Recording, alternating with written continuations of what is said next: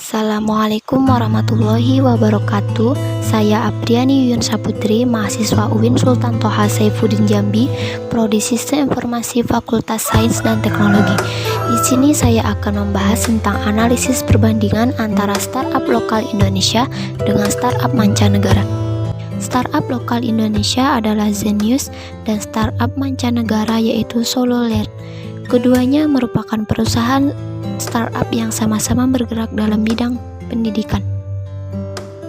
Pertama, saya akan menjelaskan profil singkat dari perusahaan SoloLearn.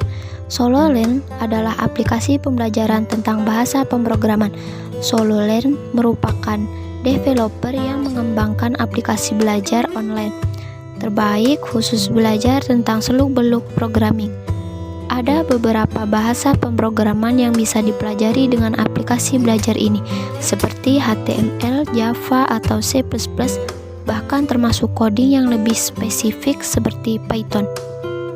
SoloLearn merupakan startup luar negeri yang berasal dari Yerevan, Armenia, didirikan dan saat ini dipimpin oleh Yeva Hyushan.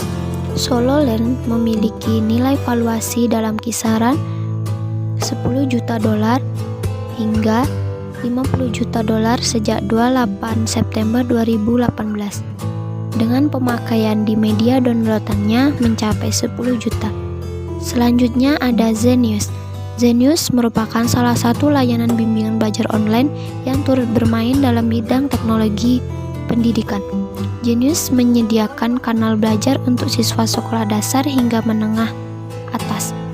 Zenius menyediakan layanan akses pendidikan dalam format video berbasis Indonesia yang bisa disajikan secara online maupun offline. Zenius merupakan startup lokal dari Indonesia yang berasal dari Jakarta Selatan, didirikan oleh Sabda dan Medi Suharta. Nilai valuasi yang dimiliki Zenius adalah sebesar $20 juta atau sekitar 260 miliar. Pemakaian di media downloadannya mencapai 1 juta. Baiklah, saya akan melakukan analisis. Analisis pertama, apakah idenya berangkat dari kebutuhan masyarakat? Untuk SoloLearn, menurut saya idenya sesuai dengan kebutuhan masyarakat yang ingin belajar pemrograman, karena dapat diakses oleh semua kalangan, dapat diakses kapan saja dan di mana saja, dan juga bisa melakukan pembelajaran secara otodidak. Untuk Zenius, menurut saya idenya kurang sesuai dengan kebutuhan masyarakat karena aplikasi ini hanya untuk tingkatan sekolah dasar hingga menengah atas saja. Aplikasi ini untuk belajar mandiri, UTBK, UM, dan lain-lain. Analisis perbandingan menurut saya, SoloLearn lebih dibutuhkan oleh masyarakat karena pada aplikasi ini mempermudah orang yang ingin belajar seluk-beluk programming dengan mudah. Dapat digunakan untuk semua orang tanpa batasan usia atau pendidikan, yang dapat diakses kapan saja dan di mana saja. Analisis kedua, apakah ide dan inspirasinya original? Menurut saya, ide dan inspirasi dari kedua startup ini original. Untuk startup SoloLearn, niatnya membangun startup ini untuk mempermudah para developer pemula atau anak kuliah IT yang mau mengasah kemampuan coding. Jika biasanya harus membuka laptop atau menyalakan PC Anda terlebih dahulu, kali ini Anda bisa belajar dari mana saja dan kapan saja Anda mau. Untuk startup Zenius, niatnya dalam membangun untuk mempermudah siswa belajar secara online layaknya seperti les mata pelajaran dengan mendapatkan akses ke soal latihan dalam format PDF hingga video berisi materi pelajaran. Analisis ketiga, apakah startup yang dibuat dirancang dan matang?